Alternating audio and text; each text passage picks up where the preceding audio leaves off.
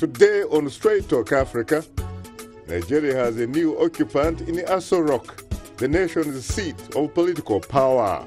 President Muhammadu Buhari's historic election is the first since independence to reflect the will of the Nigerian people.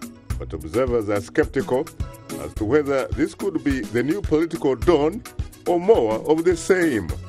That's coming up next right here on Straight Talk Africa.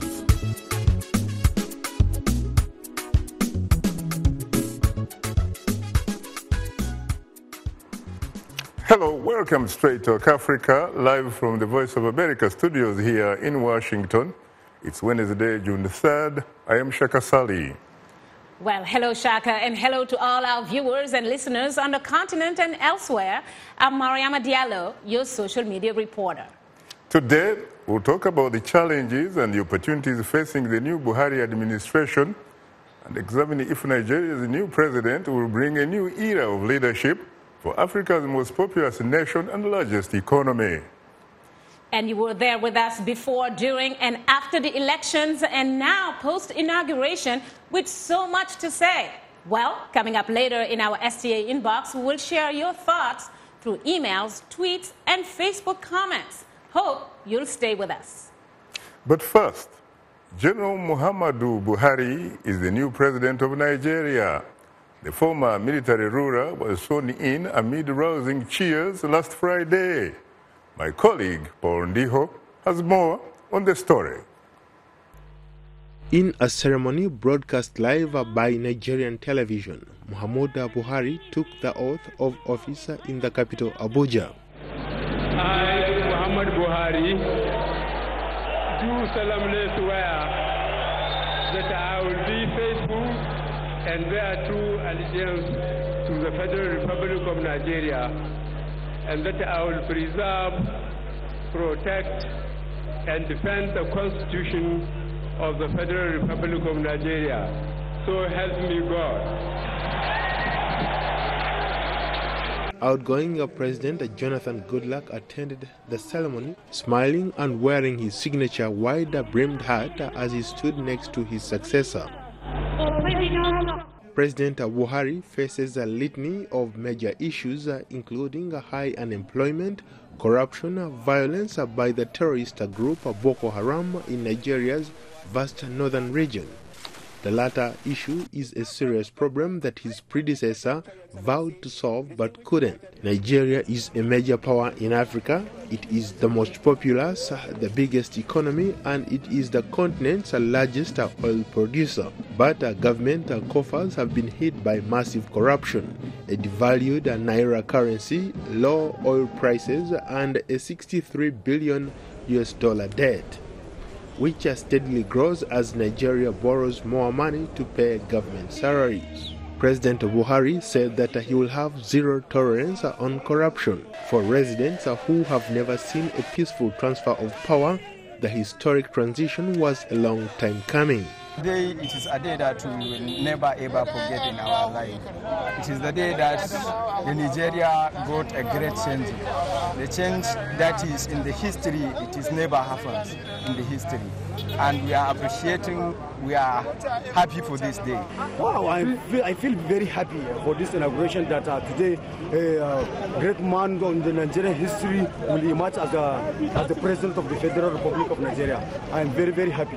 Residents displaced by Boko Haram are expressing hope that the new Nigerian administration will crush the militant group and make it safe for them to go back home. And we know that we found a solution about the Boko Haram, and I believe that the Boko Haram will be vanished very soon. Expectations are high for the 72-year-old Buhari, but the unprecedented peaceful transition of power is seen by the international community as a promising start for his new administration. Paul Ndiho, VOA News.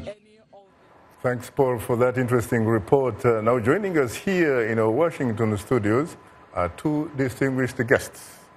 Dr. Iyabode Obasanjo, Distinguished Fellow at Boston University's African Presidential Center, the daughter of former Nigerian President Olusegun Obasanjo, Dr. Obasanjo also served as a senator for Ogun State in Nigeria's National Assembly from 2007 to 2011. And Sylvester Okere, the national chairman of the USA movement for Buhari-Osibanjo campaign, is expected, of course, to be joining us anytime now. Well, I have to come to you immediately, Senator Obasanjo, even though in fact you do not use it.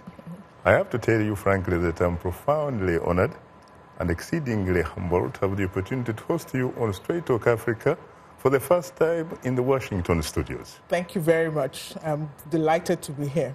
You're most welcome. Later in the program, we'll give you, the audience, a chance to call and talk with our guests. The number to call is 202-619-3111. US country code is 1. But before we begin today's discussion, let's get an update on what's happening on the ground since last week's historic inauguration. And for that, I am joined by my colleague Aliyu Mustapha, managing editor of the Voice of America's Hausa service, who joins us via telephone link-up from the capital itself, Abuja. Good evening, Aliyu. Hello, Mr. Shaka. How are you doing? I am hugely terrific. What is the mood like from your vantage point?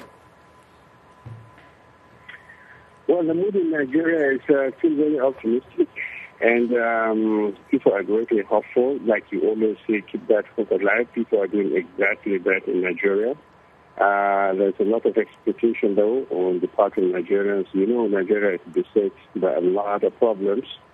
And a lot of people think Buhari has come with a magic wand, but Buhari and his people have been trying to tell everybody to take it easy and that these things will take time. But generally, the mood is positive and people are looking forward to a great 4 years ahead. You know, of course, as well as I do, that unless you have hope, you are as good as dead.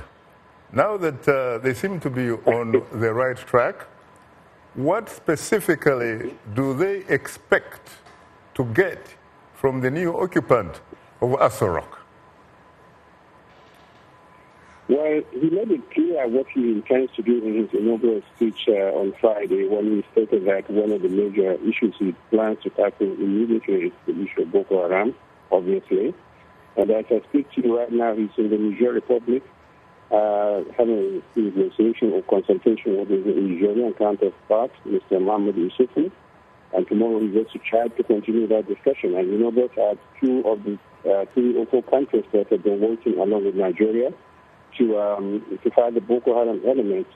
And in addition to that, it is expected that the other major problems is going to be tackling is probably the power supply, which is still very erratic. Nigeria is currently about just 1,300 or 400 megawatts, which is barely enough to power an airports like Heathrow in London. And after that, we are expecting to go into other numerated problems. I know that during the inauguration, he said that, in fact, he did give a directive that the operational headquarters fighting Boko Haram should immediately be relocated from Abuja to Maiduguri. How has that been received among the people that you have interacted with? Well, it's been very positively received, especially by people in Maiduguri, Borno State, as well as people in Yobe and Adamawa State, and by the generality of the Nigerian populations. But it appears that the military is not very excited about the prospect of moving senior army officers to Maiduguri. As a matter of fact, today there was some concern expressed by the military trying to explain that what the president meant was that some major generals, not the senior army officers or the service chiefs, should move to Maiduguri. So there seems to be some mystery or darkness in terms of the definition of that movement to Maiduguri.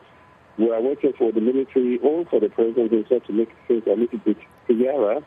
But while this is happening, some contingent of the Nigerian army have been flown to Maiduguri, and you know that's already an established barracks and military center in Maiduguri. And there is talk that that is what will be upgraded to become the new command center in Borno State.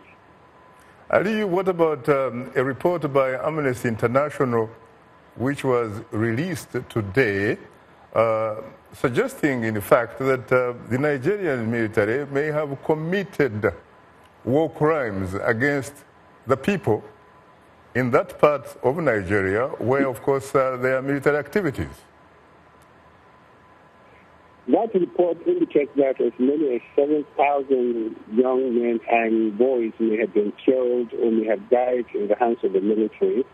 And the military has, predictably come out to deny that, describing that report as biased. And this report is likely to generate even more interest in the role that the military has played in this Boko Haram saga. You know, the military has always been under some sort of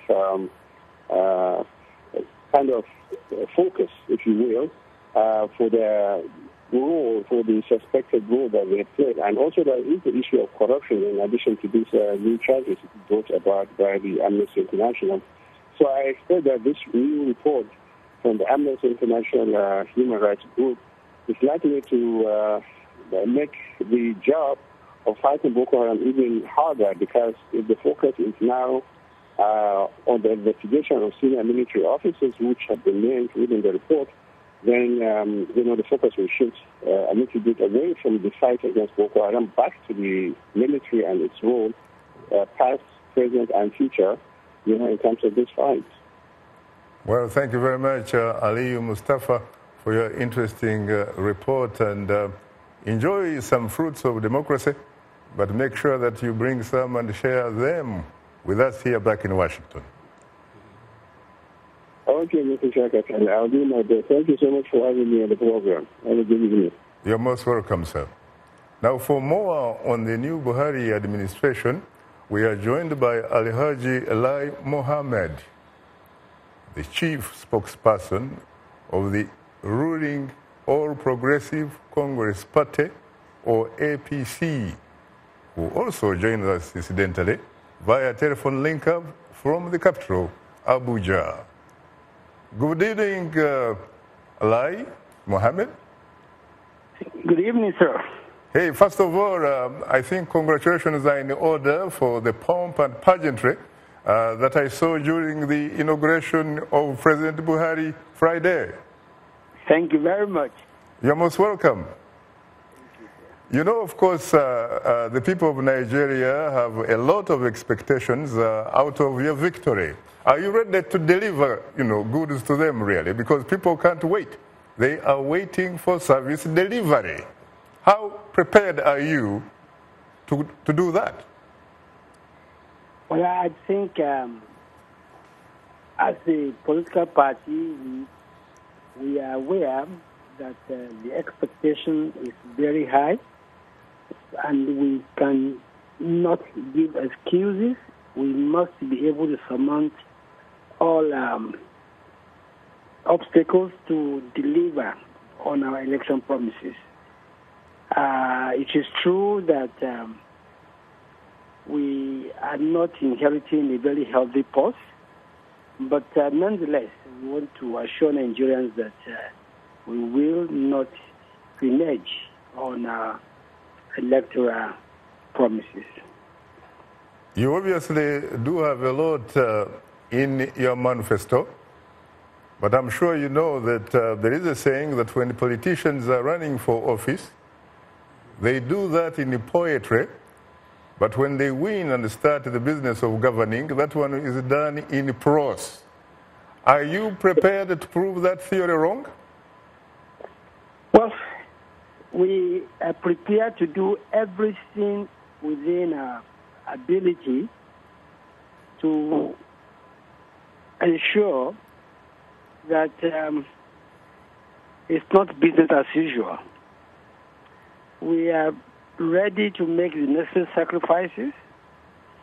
We have the commitment, we have the determination, and I think more importantly that we have a leadership that has such a high integrity quota that we know can drive the change and drive the new drive the a new philosophy of governance, which is going to be a government, of service. There is no question that you do have overwhelming support in the country, and I might add, in fact, regionally and continentally, and goodwill from the international community.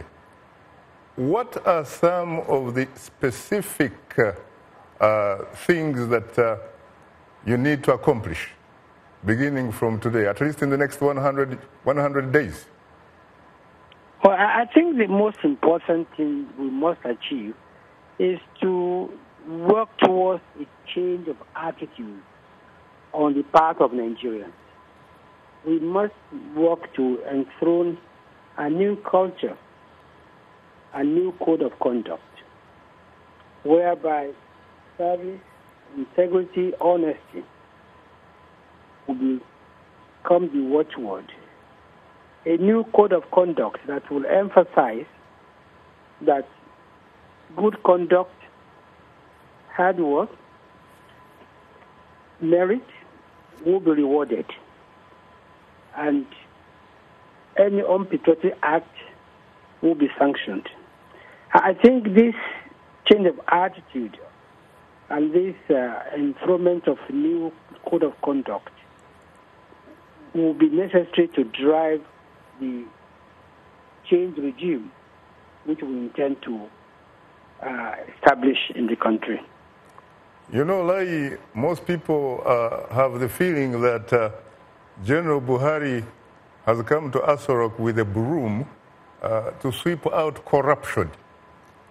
How specifically is he going to go about that business, really? Because when you look at a lot of reports in the last so many years, Nigeria seems to be among the world champions, frankly, when it comes to corruption.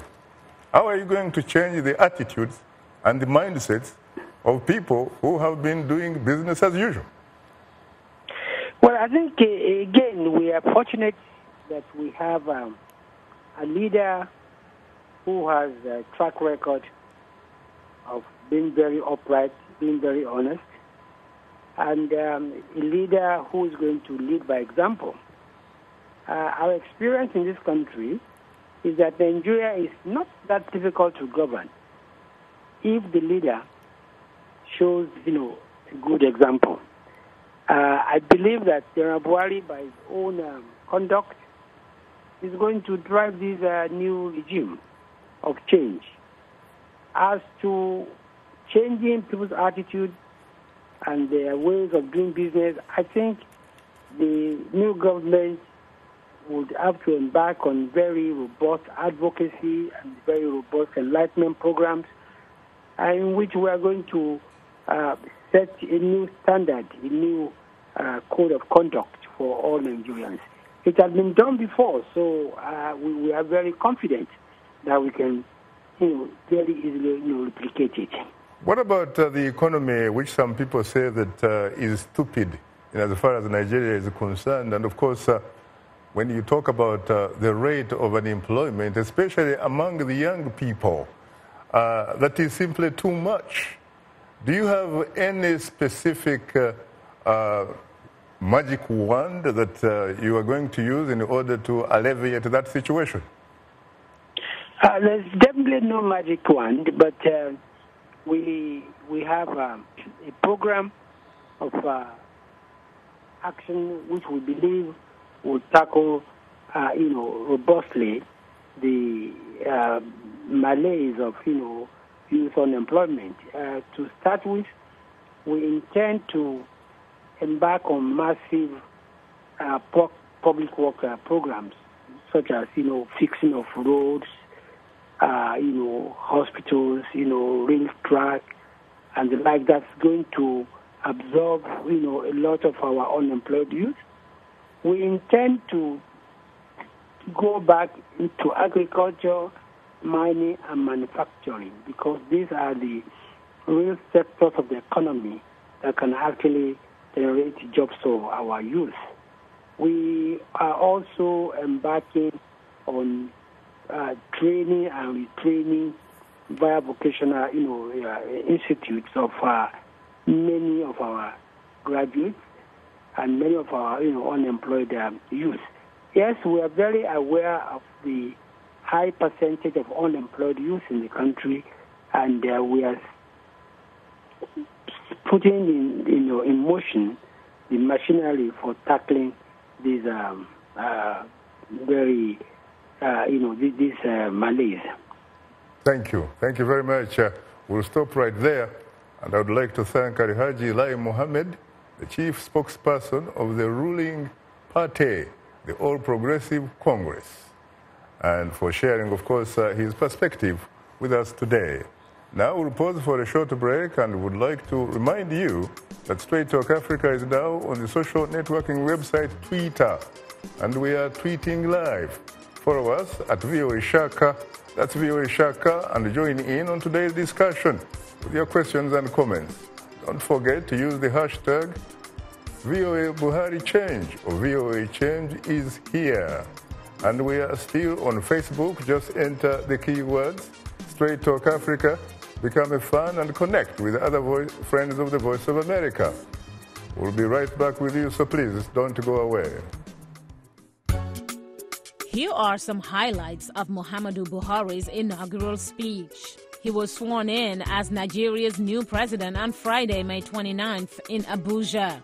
I would like to thank President Goodluck Jonathan for his display of statesmanship in setting a precedent for us that has now made our people proud to be Nigerians wherever they are. I would like to thank the millions of our supporters who believed in us even when the cause seemed hopeless. I salute their resolve in waiting long hours in the rain and hot sunshine to register and cast their votes. I thank those who tirelessly carried the campaign on the social media. I intend to keep my oath and serve as president to all Nigerians. I belong to everybody.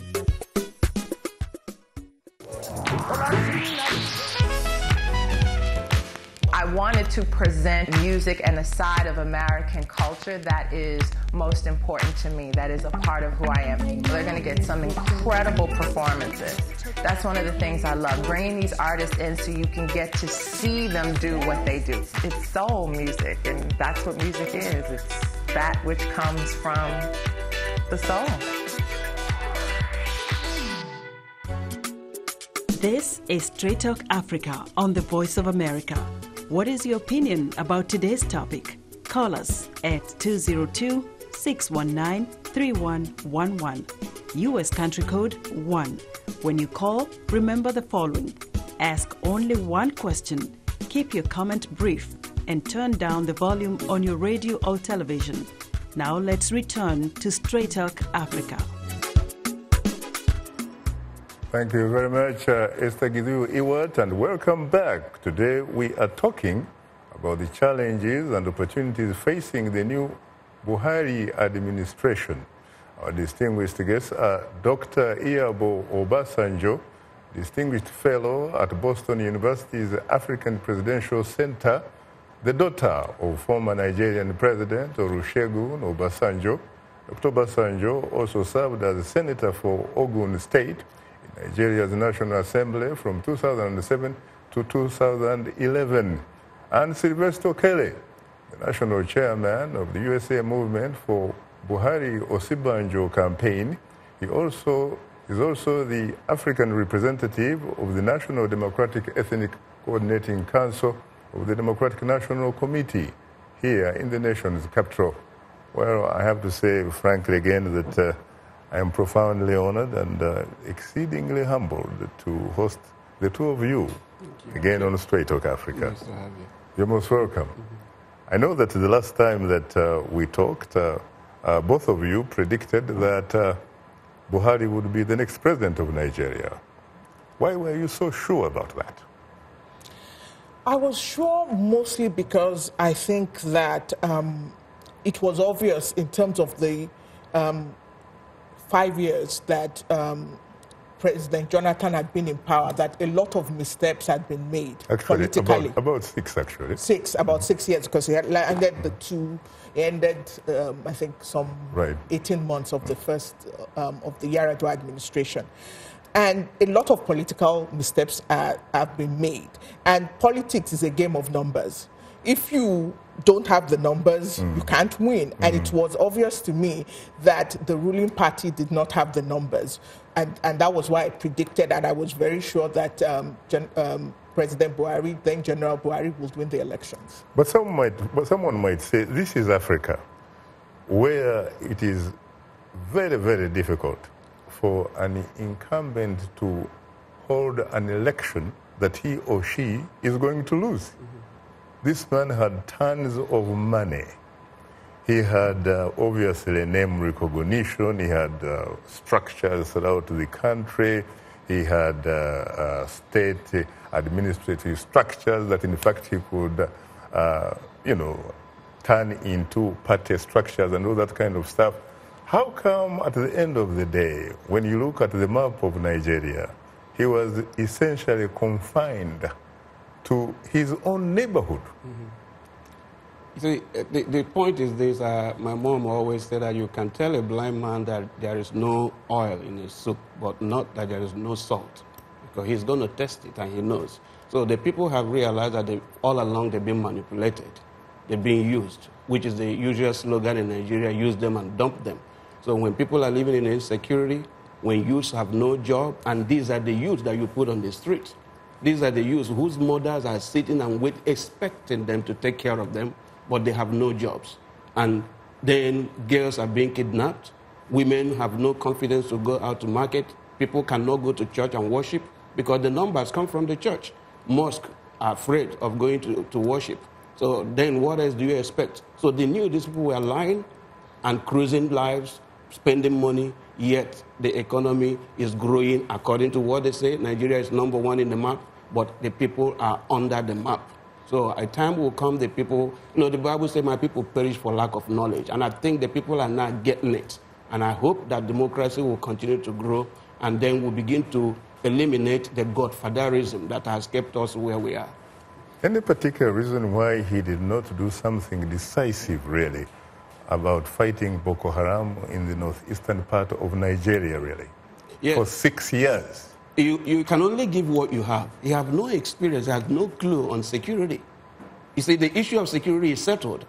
You look at the steps. He was just inaugurated. He stepped out. But he has experienced people, for example, the man who was the Minister for Defense, a very experienced man, a very senior military officer in the Nigerian army, correct? I think what we had in Nigeria, what we have, and Alhaji Mohammed mentioned it, is a structural program. And I think the example and the leadership of President Buhari will help. But I don't think an awareness campaign is enough. We've had a system in which really nothing works. And until you can't create change until you accept. So we have, and I think part of the election was Nigerians accepting that we needed change. Now is for us as a people to now put the steps in place. And as for why the machinery of state did not help, I think the world has changed. To 20 years ago, for example, you could undermine democracy in a lot of parts of the world. Now, people were posting the results of their polling station on social media for the world to see. The person there could not, the polling agent cannot take that result and go change it somewhere. So there are a lot of things, and I think there's a lot of more awareness.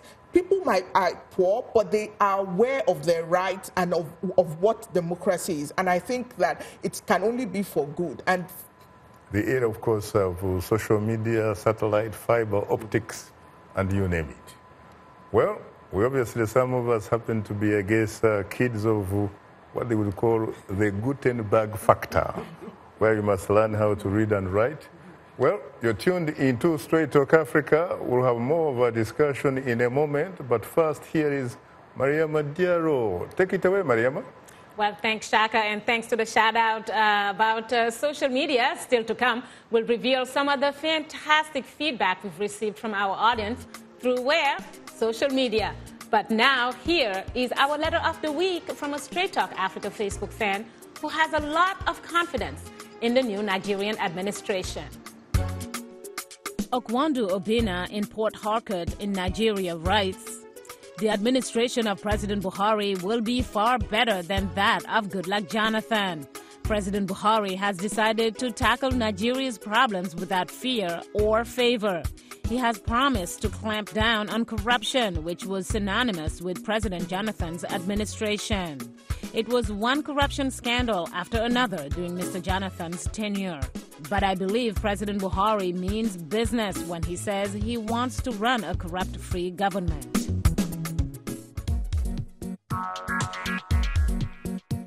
Like Voice of America on Facebook.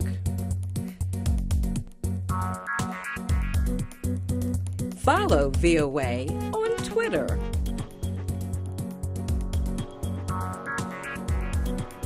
Join VOA on our YouTube channel. Like, follow, join VOA. This is Straight Talk Africa on the Voice of America. Call us now with your questions and comments. The number is 202-619-3111 and the U.S. country code is 1. Call us direct and we'll call you right back. Remember to turn down the volume on your radio or television and keep your comments brief. Now back to Straight Talk Africa. Thank you very much, Isdagithui Ewart, and welcome back to Straight Talk Africa, live from Washington. Once again, it's time to bring in my colleague and social media reporter, Mariama. Take it away again, Mariama. Well, thanks, Shaka. Muhammadu Buhari achieved a historic victory in the March presidential elections in Nigeria, becoming the first opposition candidate to defeat an incumbent president. At his inauguration, he vowed to tackle the issues of corruption and the insurgency from militant group Boko Haram, also promising to bring increased prosperity to the West African nation. Well, this leads us to our question of the week, asking, how will the administration of President Muhammadu Buhari differ from that of his predecessor, Goodluck Jonathan? Well, thanks for using all our social media platforms to be in touch with us. Let's begin with a comment from Samuel Bodepost from Lusaka in Zambia, who writes, President Buhari is a threat to Boko Haram. He will handle them as criminals. However, the real problem in Nigeria is corruption. If he can reduce this, Nigeria will be back on its feet. The best leadership in Africa is a combination of democracy and tackling corruption. If Buhari can strengthen the institutions of leadership, governing will be a simple issue. God will be with you always. Well, another reminder that we are tweeting live today. Use the hashtag VOA Buhari Change or VOA Change is here. And if you haven't yet, please follow us at VOA Shaka. Let's go to a tweet from Wugol Maniel Wigol, who writes, leadership change is the only way to go. Nigerian democracy is the best, although Boko Haram continues to disturb peace and tranquility. He continues on with another tweet saying that the peaceful transfer of power will only change Africa for the best. I congratulate the Nigerian voters. Well, Shaka, a range of opinions, certainly your take. Thank you very much. What about that, Sylvester? We're talking about deepening democracy, as if, in fact, there was a culture of democracy in Nigeria. Democracy is what we need, and I thank God we have welcomed it at this moment. Our people need to embrace it, and having a culture and environment that anyone can participate and be what they want to be, get involved, and disintegrating our youths and women, because these are the kind of people we only use them when we need them and keep them aside. But this time we need a level playing field where everyone will participate and have equal share in running for office, campaigning, even civil society activism is what we also need. That is one of the things that contributed to this, because people are getting active, knowing more about what they need to do, other than waiting until rice and beans are being donated to them and they go and vote. But now you know that you can eat those things and they will expire, then you stay hungry. Your children need to go to school. So a democracy in a sense that everyone can participate and say what you need to say and criticize one another. Remember in the past, kidnapping, because when you criticize your opponent and they have more money than you, your life is at risk. But that has been eliminated and is growing out gradually. Like I said before, godfatherism is another impediment that we have that we need to eliminate. So I thank God for democracy coming in and give Nigeria the next election and another election. The whole Africa will be transformed.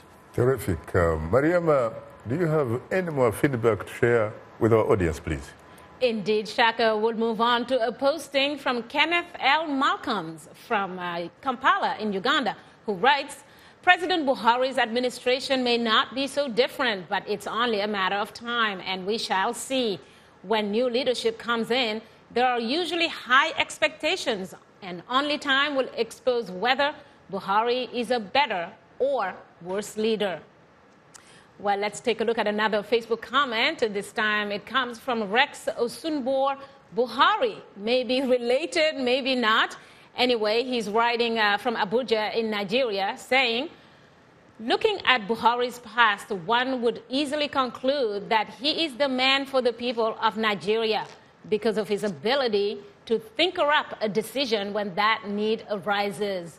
But he was a leader some 3 decades ago. Can he make the right judgments now, especially when those around him in his emerging party are either corrupt or corrupt-minded? Well, only time will tell, he writes. Well, Shaka and Guess, very interesting comment. Your take on this? Talking about whether he may in fact be related with the president himself, well, isn't that a Fulani name? If in fact it is a Fulani name, he may not only be related to Buhari, but perhaps related to my colleague right here in Studio 52. Absolutely. Let me come to you, Iyabo. You had it all. There are some people who have been saying that democracy in Nigeria and across a lot of countries, frankly, on the African continent, simply means a government of some people, by some people, for some people. Can Buhari turn this syndrome around and make sure that it is a government of the people, by the people, for the people, like the great Abraham Lincoln once observed? I think democracy in any country, even in the U.S., we can go out, black people were disenfranchised for hundreds of years here, women were disenfranchised. Democracy, you can always threaten democracy. The main thing is to start it. And in 1999, we started it in Nigeria. This, I think, is a fundamental change in stabilizing our democracy. But it's just the beginning. And it's a sacrifice. People have to fight. People have to get on the street. People have to vote. And democracy, I think the main thing in Africa that we also have to understand, that democracy is a process. You don't just vote and go home. If it says government by the people, of the people, then you yourself have to be part of that watch process. You have to speak up. And I think what we have not had in Africa is people thinking like they just elect somebody, they go home, it does itself, and then it gives them the benefits of democracy and they have no participation. Democracy, it is a participatory process, and we cannot leave it to only the politicians. Everybody has to be part of it. That's very interesting, because that reminds me, frankly, of an analogy that is attributed to the manner in which a lot of African countries treat the infrastructure. They build roads, they do not maintain the roads, they only either wait to repair the road or actually redo it completely. Democracy, of course, as you said, is a work in progress. It's neither an incident nor an event. Terrific. Well, thanks, Mariama, for bringing us this week's audience reaction. I guess it's almost like marriage. As some people will say, you have to keep working on it. There is a never ending. Anyways, that will do it for today's social media segment. Just a reminder that we appreciate all the feedback, whether it's in social media form or using other means to communicate to us. Please keep them coming. And if you are a new fan, just drop us a line at africatv@voanews.com. Once again, our email address is africatv@voanews.com. Or post your comment on our Facebook page. Just enter the keywords Straight Talk Africa. Be sure to visit us online at voaafrica.com, or you can join our YouTube channel. Just sign up to VOA TV to Africa. And, of course, don't forget to follow us on Twitter at VOA Shaka. Now, let's take a look at next week's program. Next week on Straight Talk Africa, U.S. Secretary of State John Kerry attended last week's historic inauguration of Muhammadu Buhari as President of Nigeria. Secretary Kerry also recently visited Kenya, Somalia, and Djibouti to show America's support for those governments' fight against terrorism. We'll discuss U.S. policy towards Africa and examine its efforts to promote democracy on the continent. That's next week, right here on Straight Talk Africa. A reminder that you tuned into Straight Talk Africa, and if you wish to participate in our discussion, please call us at 202-619-3111. The US country code is 1. I gather that the lifeline of the show is calling, and let's go to the telephone callers. Good evening, Samuel. You're most welcome to Straight Talk Africa. Good evening, Samuel. You're most welcome to Straight Talk Africa. Can you hear me, Samuel? I'm afraid that... How are you? I am hugely terrific. How are you, Samuel? I'm very fine. The question goes to Sylvester Okere. How is General Buhari's administration going to tackle the rampant corruption in the government institutions and the insurgency by Boko Haram? How will he contain the dissatisfaction within the Nigerian army? Because the last time I checked, they were complaining of low morale and inadequate logistical strategies. What is your take on alleviating the situation? Thank you very much, Shaka Ssali. You're most welcome, sir. What about that, thank you. I think Mr. Lai Mohammed has already answered that question in the beginning. Leadership is always by example. And again, you're going to look at the character of the leader, the man at the front. This is a man who is not leading from behind, but at the front. And again, he has a wealth of experience. I know that there are issues we need to focus in Nigeria. Security should not be one, because we have a security personnel. He has the experience. He knows what to do. Right. Like I said, he was inaugurated. He stepped out to have a handshake with neighbors who were helping him fighting, because he knows what he expects from them tomorrow. So, and he also told us in his speech that command and control does not dwell in Abuja. It has to be moved even to the locals. So issue of corruption, he mentioned cyber security, some of those things that give Nigeria a negative image, people who scam and so on. Corruption is there, but I don't expect President Buhari to perform miracle or magic, but I know he has the will, he has the ability and the knowledge to do what is right for the people.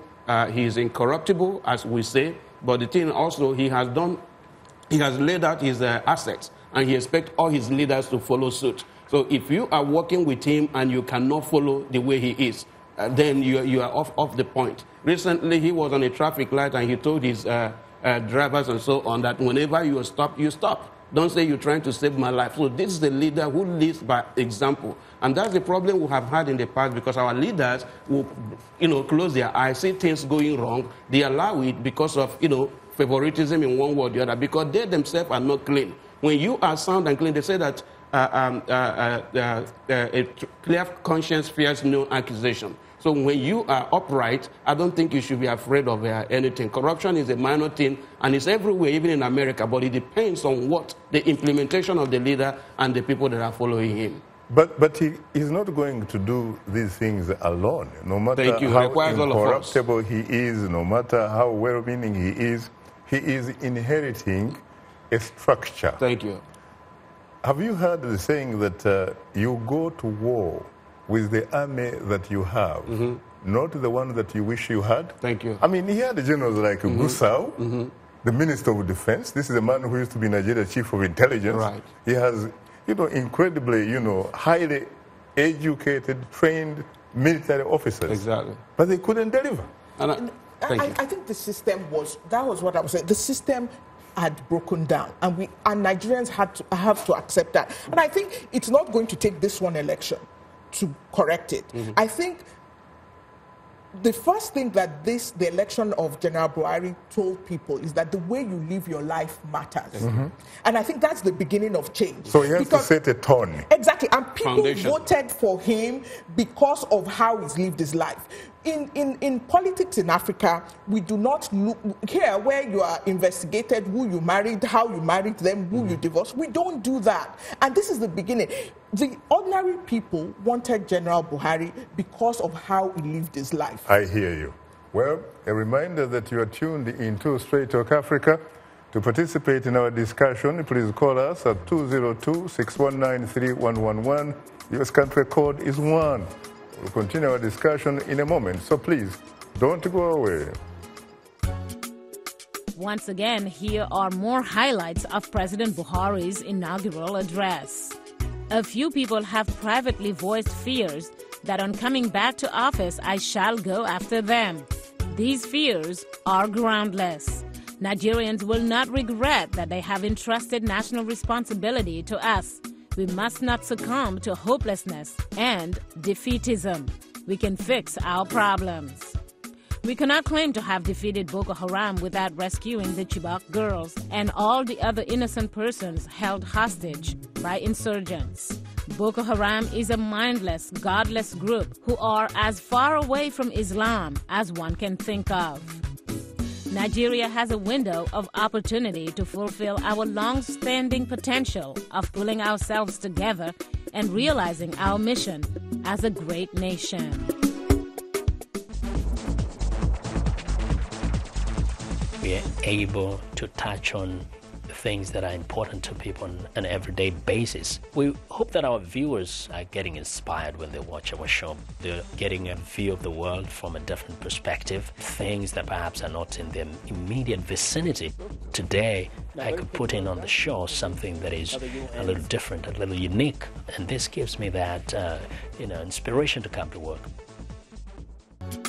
If you like today's show, please write and tell us what you think or give us some suggestions.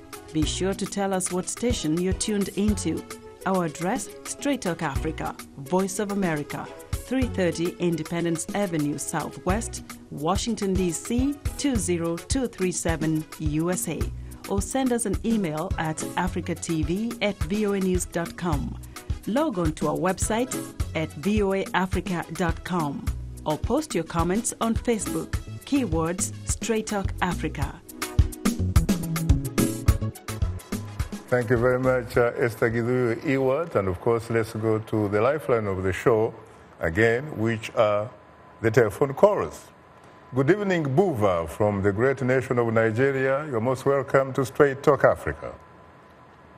Good evening, Shaka. I am hugely terrific. Hello. How are you today?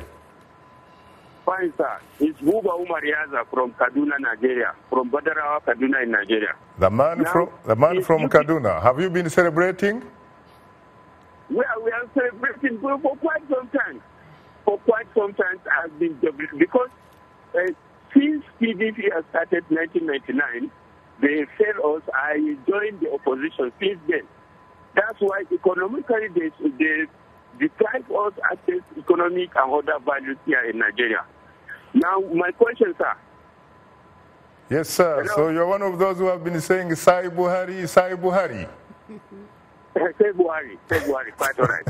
Now, sir, my question is, what are America and Europe doing towards repatriating our stolen money? Since you people have talked about corruption, what are you people doing towards repatriating our stolen money?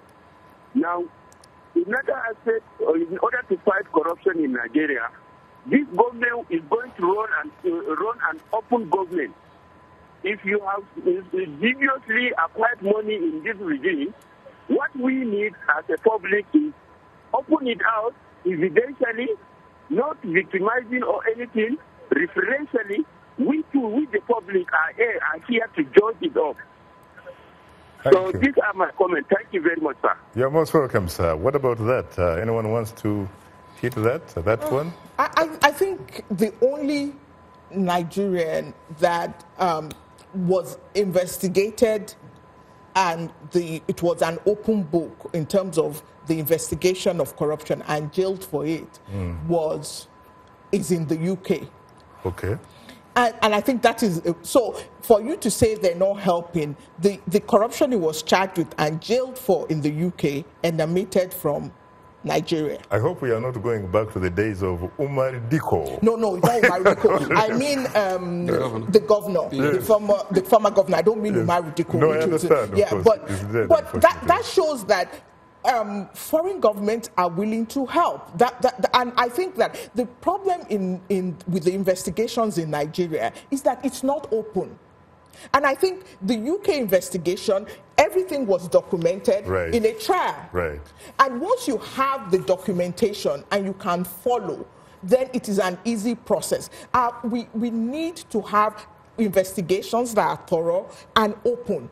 Because the thing about it is that we have to also understand that corruption in Africa is used as a tool against your political enemy or accusations of it. So that is why an open investigation is the only way to carry it out effectively. And you must know that, especially having been a senator and on several powerful committees in the Nigerian National Assembly. And I have no doubt that under President Obama's administration, such issues will be seriously tackled. IMF, World Bank, open book to be there. And also, it requires those of us that are diasporans here. I was telling someone the other day that the president needs to set a task force, diaspora task force, that will be an eye, like a whistleblower, that follow people and know whatever they are doing. Some of them use their family members and so on to get money out. Some of them create different programs as a way of siphoning money outside. But when we know all those things and we keep quiet, we are part of the corruption. So we're going to help both the U.S. government and so on. If we make it uncomfortable for them, they can't come here and steal money and dump money. But they're coming here to, transact business and do some other nice things and go. I see. I also want to add something. It's very strange in Africa. Most Africans that are corrupt don't actually want to live out of Africa because the system, just the orderliness, is very hard for them. So I don't think, and so that is, it's very hard, in my experience, that those people that are extremely corrupt cannot live in an organized society effectively. I think you have a point because they obviously can take advantage of the fact that they have a lot of power, they have tons of money, and there are a lot of people who can't wait for it, who are in positions of authority. Let's go to, again, stay with the lifeline of the show, which are the telephone callers, and let's go to Dr. Lani Stevens from Boston University. Good afternoon, Dr. Stevens. Good afternoon, Shaka Ssali. I am hugely terrific. How are you today? Oh, I'm great. I'm happy. I'm hopeful and excited. I see. So what is your question or comment? Yes, I have a question and I have a comment. First of all, my comment is, since you began the program today, Shaka Ssali, you have been talking about what Buhari is going to do, what the Buhari regime is going to do. I think we should also open the line to the other side of the coin about what not to do. I see. There is one side of the coin, which is what to do, and the other side of the coin, what not to do. You will agree with me that one thing that stood very much significantly at the focal point of Nigerians that militated against Buhari for several attempts that he made was religious bigotry. And that he had an Islamization agenda for Nigeria. And that kind of fanaticism kind of came against him severally. But this time around, people let go completely of the religious affiliations, and they actually voted for credibility. And that is one thing I want to say about what not to do. Thank you. Thank you very much. Now, you guys, of course, you remember Orubebe in the Tallying Center. What do you do with people like Orubebe? I will go straight to that question, though, because if, take an instance, someone like Professor Buhari-Osibanjo happens to be the presidential candidate in the Muslim community, the message to people is going to be that he wants to Christianize Nigeria because he's a deep Christian. He's, he's a pastor, you understand? So the same thing with Major General Buhari. That's the mindset of people that he wants to Islamize Nigeria. You see, your first question before was about democracy. Democracy is allowing people to participate. And we can't judge someone because of his religion or his tribe and so on. Why don't we give the average Nigerian voter the credit that he or she deserves, Thank really? you. Because this was not an election that reflected religion, that reflected ethnicity, that reflected whatever you can call it. Exactly. It was a reflection, frankly, that reflected issues. It was a reflection about change or continuity. And people chose change. Those are propaganda people used to they thought it's going to work for them. You know, one thing I have known, too much of endorsement. It doesn't matter who endorses you. It doesn't matter how much money you raise. But when you abuse the electorate, you are gone because their eyes will open. That's what happened. It happened in America. It happened in the last general election. So people are getting to know their rights, that I can't just sit down. And also people to know their word, their vote counts. When you vote, you're making a decision on policies that affect you. Because somebody is personally observant of their religion, which General Buhari, President Buhari is, does not make him a religious bigot. Okay, so we need to look at it different. And I think part of the thing that's been used, or the image that General Buhari had got over time, is that because he's a very personally observant Muslim, that translated into extremism. They're two different things.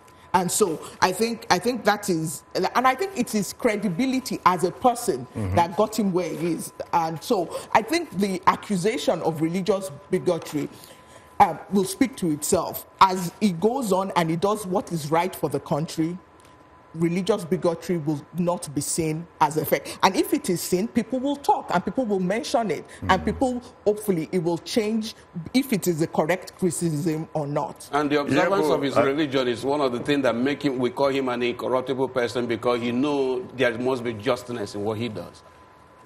We have a minute, and I want to ask you a bit about the attempted assassination on you, but you happen not to be in that car in 2003 in Abiyokuta. I don't know if it was outside Abeokuta in a little remote village, actually my father's village where he grew up.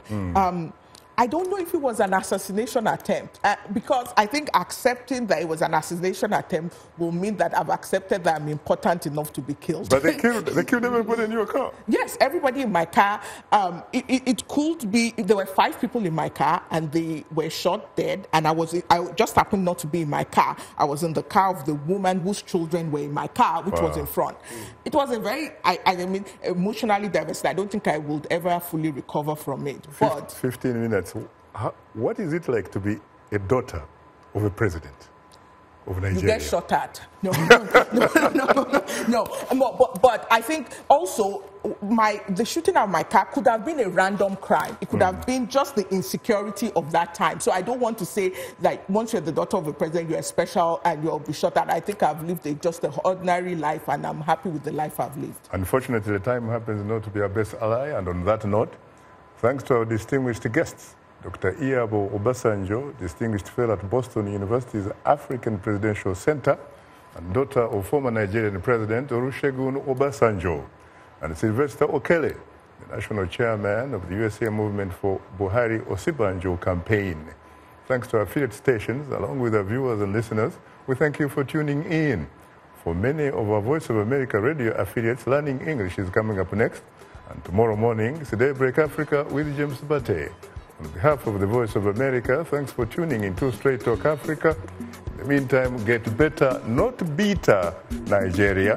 And please remember to keep the African alive, the African hopes alive.